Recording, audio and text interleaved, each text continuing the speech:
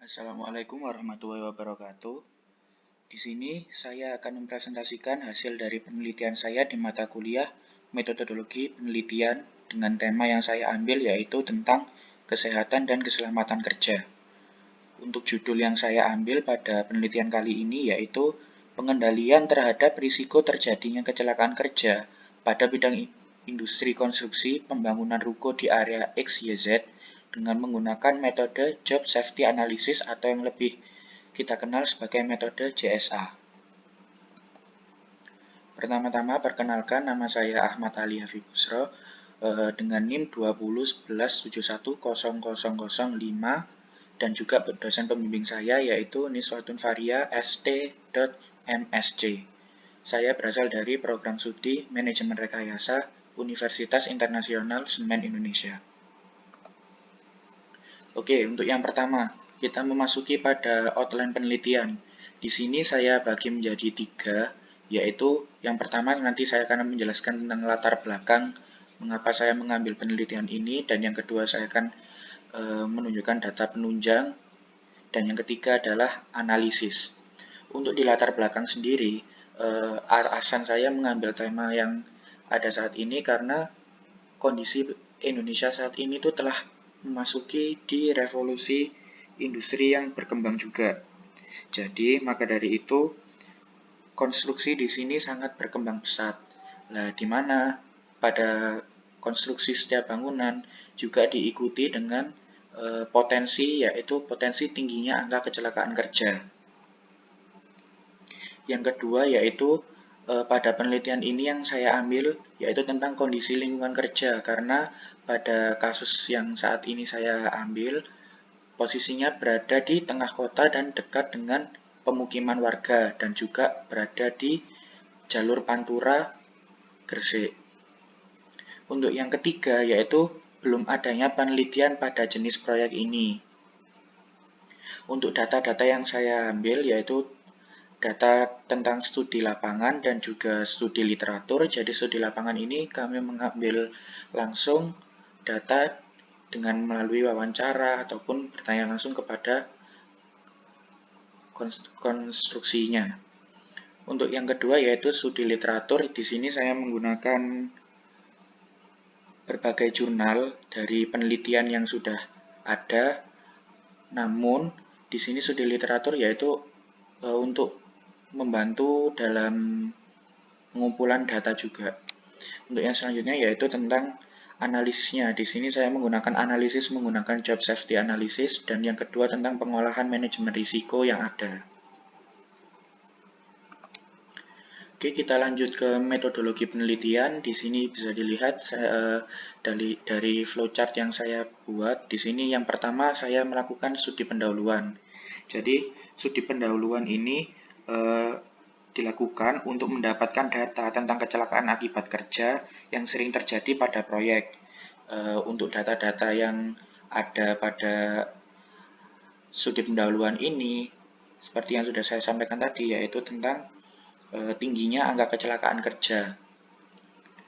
Setelah itu, yang selanjutnya ada pengamatan di area konstruksi. Ini dibagi menjadi 2, yaitu studi lapangan dan juga studi literatur.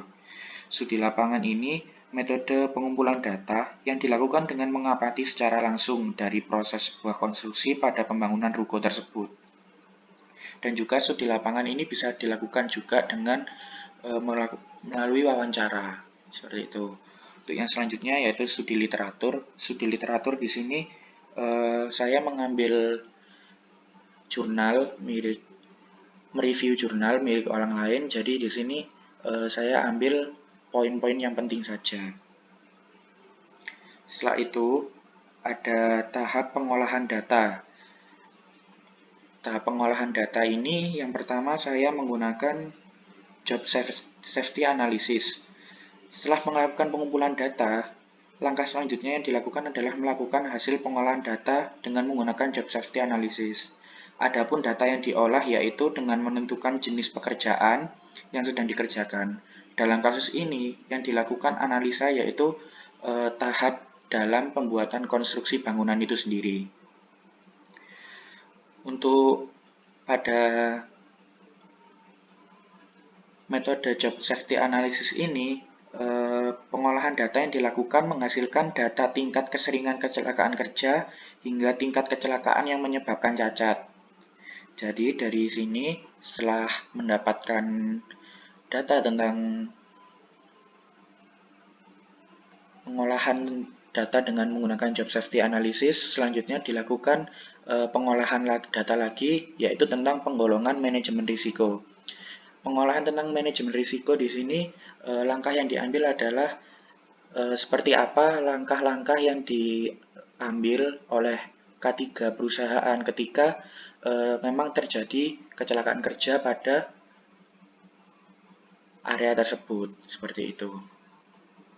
Terus berlanjut ya di sini ada tentang subbab-subbab yang dibahas, yaitu ada studi pendahuluan, ada pengamatan pada area konstruksi, pengolahan data safety, job safety analysis, pengolahan manajemen risiko, kesimpulan dan saran seperti yang saya sampaikan di sebelumnya.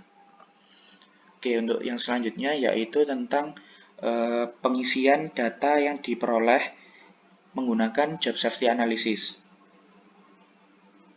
Yang pertama, memasukkan data jenis pekerjaan yang dilakukan. Setelah itu mengidentifikasi adanya hazard yang timbul akibat pekerjaan yang dilakukan, seperti pada kolom yang kedua. Untuk yang selanjutnya, yaitu data yang ada pada dua kolom sebelumnya, kita mencari tahu juga tentang tindakan dari pencegahan yang dilakukan. Nah, langkah selanjutnya yaitu memasukkan data tindakan pencegahan ini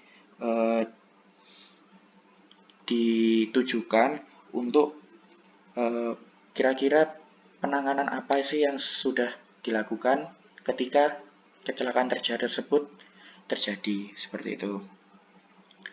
Oke, itu adalah pengolahan data dengan job safety analysis. Selanjutnya yaitu pengolahan tentang manajemen risikonya ini. Pada tahap ini, setelah melakukan job safety analysis tadi, mengidentifikasi dan mengelompokkan jenis risiko yang sering muncul, hingga risiko yang jarang terjadi pada suatu proyek. Langkah ini dilakukan agar mengurangi terjadinya kecelakaan kerja, misal dengan mengatur kembali tata letak atau sistem yang ada pada proyek, penataan kondisi lingkungan kerja, dan lain-lain.